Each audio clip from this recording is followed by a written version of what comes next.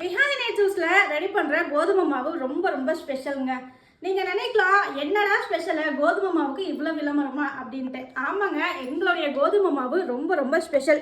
எதனாலன்னு கேட்டிங்கன்னா, எங்களுடைய கோதுமை மாவு பார்த்தீங்கன்னா முளைக்கட்டிய கோதுமை மாவு, சாதாரண கோதுமை மாவு கிடையாதுங்க.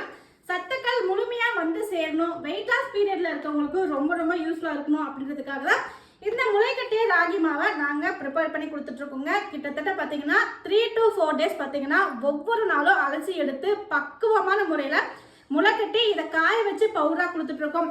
வெயிட் லாஸ் பீரியடில் இருக்கீங்கன்னா தாராளமாக பார்த்தீங்கன்னா இந்த ஒரு முளைக்கட்டிய மாவு நீங்கள் எடுத்துக்கலாம். சப்பாத்தியாக எடுத்துக்கலாம், அதே மாதிரி பார்த்தீங்கன்னா தோசையாக, இந்த மாதிரி பல விதமாக எடுத்துக்கலாம்.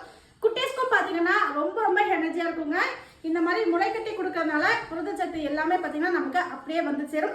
ஸோ உங்களுக்கும் நம்மளுடைய விஹாரி நேச்சர்ஸோடைய முளைக்கட்டிய கோதுமை மாவு தேவைப்படுதுன்னா நம்மளுடைய வாட்ஸ்அப் நம்பரில் என்கொயரி பண்ணி புக்கிங் பண்ணிக்கோங்க.